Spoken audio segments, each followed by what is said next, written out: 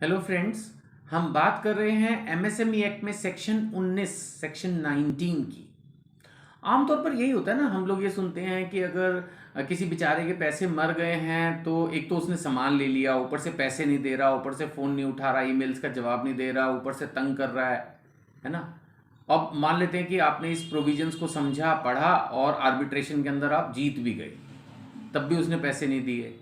तो बहुत बढ़िया बनाया इन्होंने सेक्शन 19। अगर आप आर्बिट्रेशन में जीत गए हैं, जीतने के चांसेस हैं ही आपके, आफ्टर ऑल आपने सर्विसेज दी हैं, गुड्स दिए हैं, आपके पास प्रॉपर बिल्स हैं, आप जीत गए केस।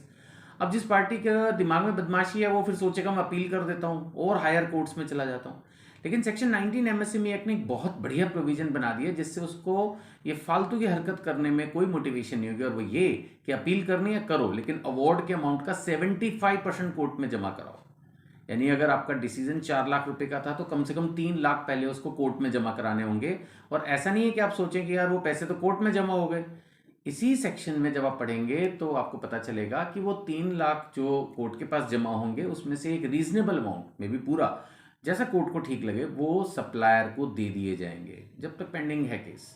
गवर्नमेंट भी जानती है ज़्यादातर ये सब डिलेइंग टैक्टिक्स होती हैं, उसी को डीमोटिवेट करने के लिए हायर रेट ऑफ इंटरेस्ट भी लगाया गया है, और साथ में ये भी डिसाइड किया गया है कि अगर अपील करनी है तो करो, उसको रोका नहीं जा सकता, बट अपील करने से पहले 75% ऑफ अवार्ड अमाउंट देना होगा।